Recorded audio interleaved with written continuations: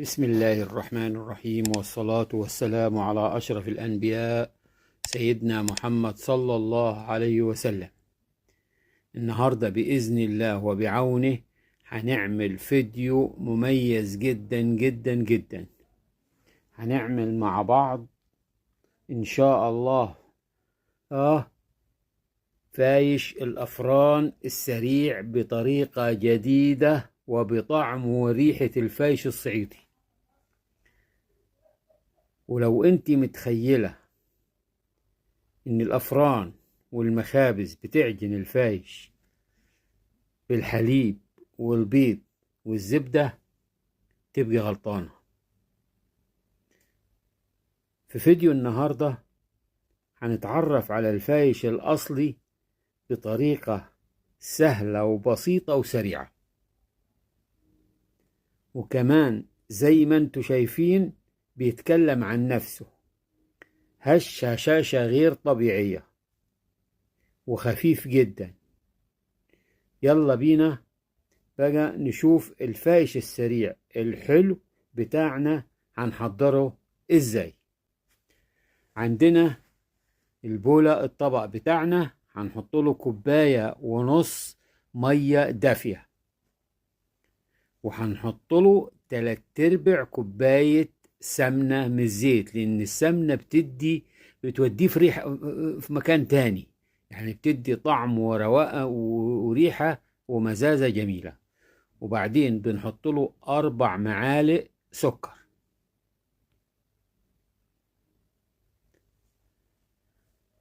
وبعدين بنحط له 2 أو 1.5 معلقة خميرة،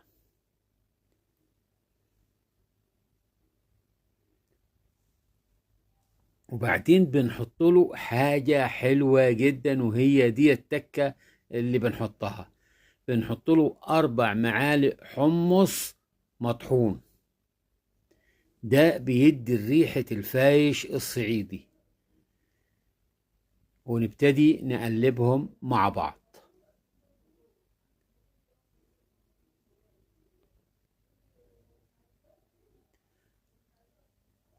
بعد كده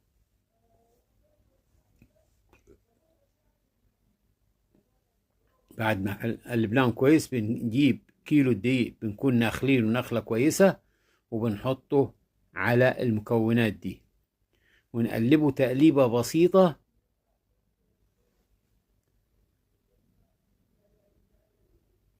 وبعدين نحط له معلقة كركم،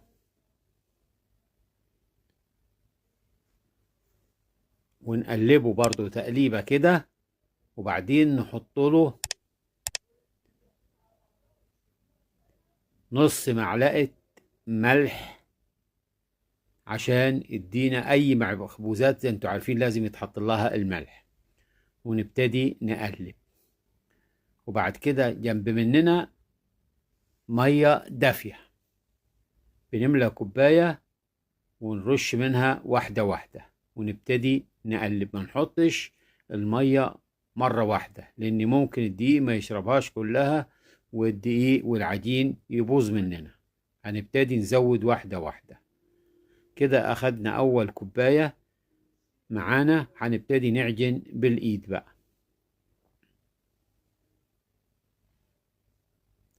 والفايش ده بيحتاج عجن كتير، يعني بتاخدي بتاع 10 دقايق وانتي بتعجنيه، عشان يديكي المطة الحلوة ويديكي عجينة ناعمة وطرية. هاخد العجينة كده وانزل بيها على الرخامة عشان نعجنها عجنة كويسة على الرخامة، ونملى الكوباية تاني ونبتدي نسقسق على العجين. زي ما انتوا شايفين كده بنبتدي نسقسق لحد ما تدينا عجينة طرية.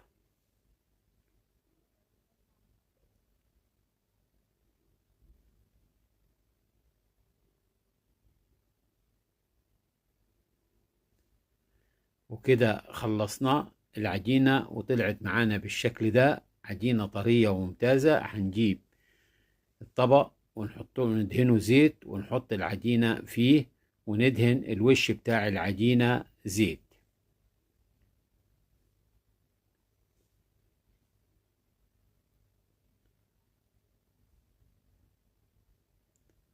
ونغطيه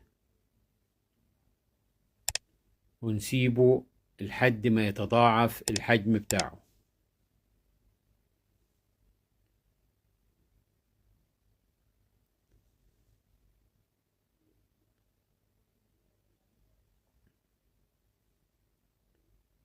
وكده تضاعف الحجم بتاعه، هنشيله من البولة ونبتدي نقسمه على 4 أجزاء، على 4 كور متساوية.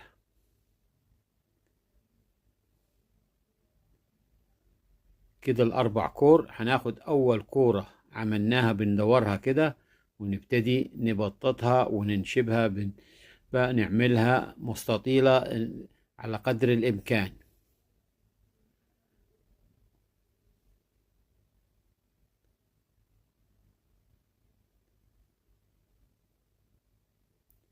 زي ما انتوا شايفين كده. وبعد كده نبتدي نلفها رول زي ما بنعمل صوابع الفينو زي ما عملناها معاكم قبل كده.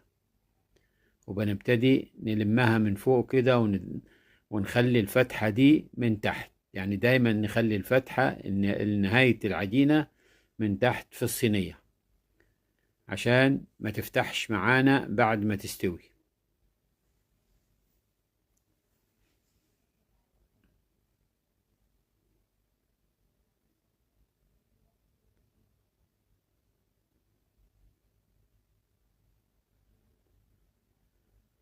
واكمل معاكم وارجع لكم تاني. وكده كملنا ال4، حطيناهم بعيدين من بعض عشان ايه. وكده خمر معانا، هندخله على فرن 200 درجة مئوية. هيطلع معانا بالشكل ده. طبعا برد، انا سبته يبرد حتى اللي وريته لكم. وهنبتدي نقطعه بسكينة مشرشرة زي ما انتم شايفين كده، سكينة مشرشرة. بنبتدي نقطعه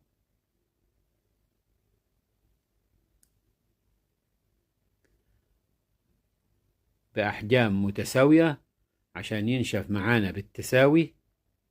وريحته قلب المكان. انت كده مش عاملة فايش صعيدي، مش عايز فايش سريع، انت عاملة فايش صعيدي. ريحة الفايش الصعيدي معمولة، مش فايش سريع.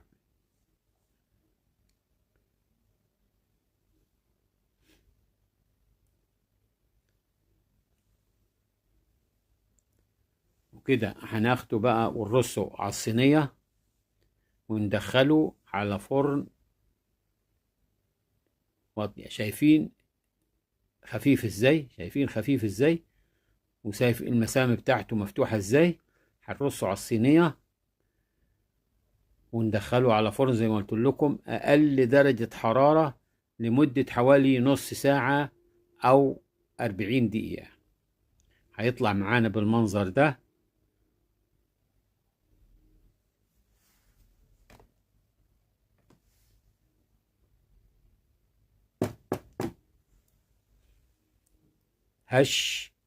هشاشة مش طبيعية.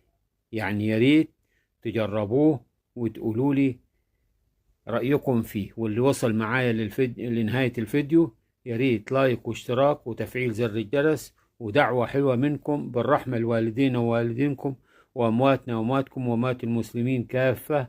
والسلام عليكم ورحمة الله وبركاته.